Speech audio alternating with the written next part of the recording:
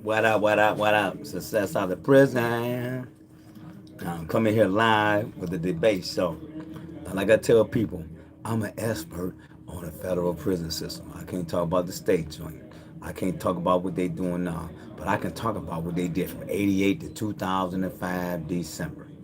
And it was rough. It was really geographical.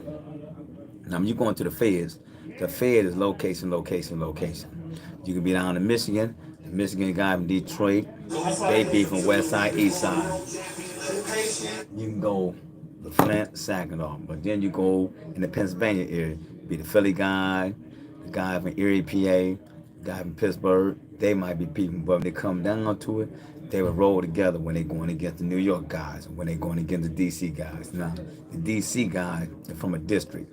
Everybody in DC most likely can do time in the federal system because they had closed down a place called Lorton. And now they send a lot of prisoners to DC. I mean, to the federal system. And the federal system, I'm not going to say it controlled by the DC guys, but they have a lot of influence when it comes down to numbers, not power, numbers. You know, and I tell people, you don't want to be locked up and you're far away from home. I started in Atlanta Penitentiary in Amado, Ohio. Then I went to Lewisburg, Amado, Ohio. Atlanta Penitentiary in Atlanta, Lewisburg, PA is in Lewisburg, Pennsylvania.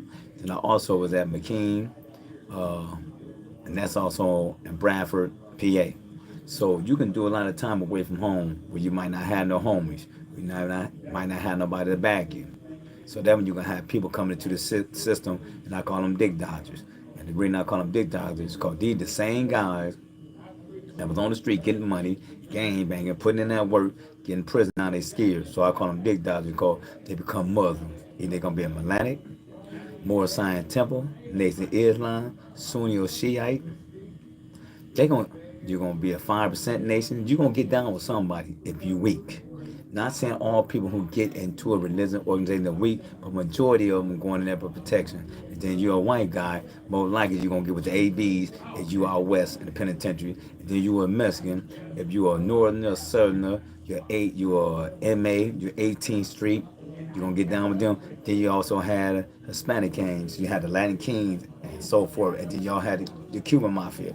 And then the Italian had their little cliques. So most guys that going to get in there gonna click up no matter how tough you think you are. Once you get into that system, you ain't tough no more. That go out the door. And if you do, you can be a neutron. Me, I was a neutron. Now, whether I'm familiar with a lot of guys, a lot of places, yeah.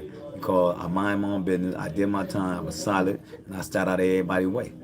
That's how I was easily for me to maneuver through the prison system. Then I wasn't scared. I was ex-Marine, I boxed, and I had a fight background, so I wasn't scared. I just stayed out of everybody's way, and I walked through the system with a lot of respect. No matter you was a big guy, little guy, tall guy, no matter what your nationality was, I survived because I used survival tactics and I used respect. Respect my biggest ploy for me. A lot of people get in the system and they still have that street mentality. You can't do that because there's always going to be an apex predator looking at you. And they will try you and spelling you in there by yourself because now it's 50 to 1. It's 25 to 2. It's 40 to 6. So how you going to win that? No matter how tough you think you are, you have no win. So you gotta find some people who think just like you. You gotta find somebody that's solid. You gotta find some people who trying to do their bit, trying to stay out the way. Cause you got a lot of people going through the system and put themselves in bad situations. A lot of people went in the system that been unalive in the system, never came back home. So when you get in there, man, you gotta learn how to do the time. You gotta go give it to OGs, the movers and shakers on the compound that doing positive stuff. Cause you also can run into an OG that send y'all on a mission. They can use you as a flunky. Hey, we're gonna do it at middleweight. Well, my weight class would be super middleweight, cause I'm boxing the USA Masters. So right there, I got a couple of videos up them boxing. So you look at my page, I post a lot of stuff. So I'm still boxing with USA Master Division. They had a tournament coming up this weekend. They wanted me to get in, but I felt I wasn't prepared, even though I know I can do good. But I like to make sure that I'm mentally, physically, and spiritually prepared. And when I'm saying Matty Garcia and Hollywood, what's up? People got to be prepared for anything that happen in life. One thing about prison, it taught me to stay ready, stay prepared. So when I come back to society, I get up every morning and work out, except for the day I took off. Uh, I stay in boxing shape. I stay in jiu-jitsu shape. I stay in weightlifting shape. I keep my cardio up. I try to eat right. Because a fine-tuned machine has less problem than a person who ain't fine-tuned.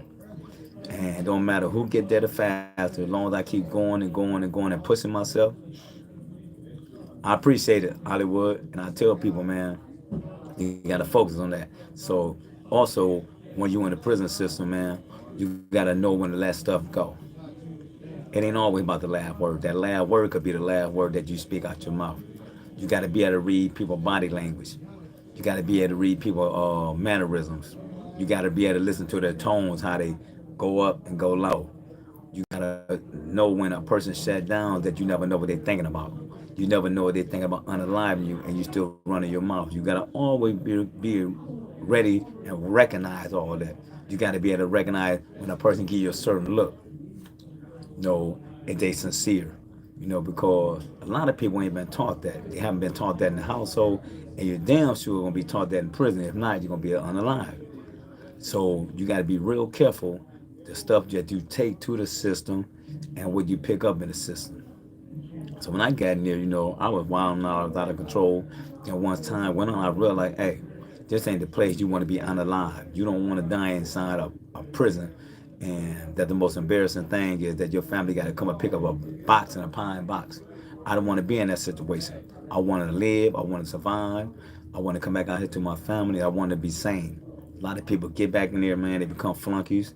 They get gang affiliation. They get mob tied. They end up getting in there, man, getting into religion. And now you got people controlling you. Somebody gonna tell you what to do. Who want to be in a situation with somebody telling you how to live, how to talk, how to move when you're a grown man? Because when you get into that situation, you the flunky. You gotta hold them knives. You gotta hold them tools. You gotta hold the drugs. You gotta hold the liquor. Man, I'm not going through that, man. Nobody could win. When I went in, I went as a leader organized 848. I didn't go in as a worker. I didn't go in as a flunky. I didn't go in as a fool. I had leadership traits, and I wasn't going to compromise that. So when people are trying to get me to get in certain stuff, I say, no, man, I'm cool. And I wasn't afraid to stand alone. Because for one, you ain't going to mess with me if I'm minding my own business. And if you do, people see me put in work. Because one thing about the federal system, if you put in work at this institution, it'll move down the pipeline because so many people get transferred. So when I left Minot, Michigan, when I first got to McKean, Pennsylvania, them people there's already some guys there that were from Minot, see me putting in work. And so when I got in a compound, I already told these guys. So it was some guys already knew about me before I even went and got my first meal on that compound. And then when they asked me about it a couple weeks later, I was like, damn, how you know? But information and news travel. So when I got there, people already knew that, man, I'm mess with dude, man. I heard dude put in work. So I didn't have no problem.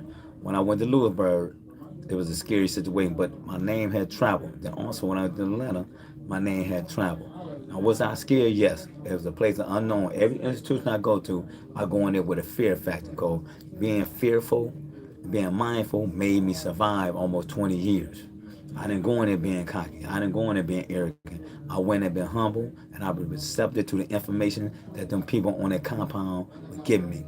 I knew it was going to be my time to shine on that motherfucker where I started getting my pull, my say so. I just waited my course. Because no matter what, I know I'm the low man at the top of the pole. When I go in there and take my shoes, I know to get my ass on that top bunk. Then as that person move out to go to the hole, I got the lower bunk and so forth. And keep going around, going around. Then as time go on, 6 months to a year, 2 years, 3, 4 years, people get comfortable with you. Now people see how you move and maneuver. Now they come to talk to you about prison politics. How can we squash this with the Ohio dudes or the Michigan dude or the DC Condre or the California boys? And I carry that same thing to the street. I always try to be on the up and up. I don't twist stories. I don't lie to people. I'm always straight. You ask me about any situation I went through, I'm going to tell you the truth. I don't cover for my homies.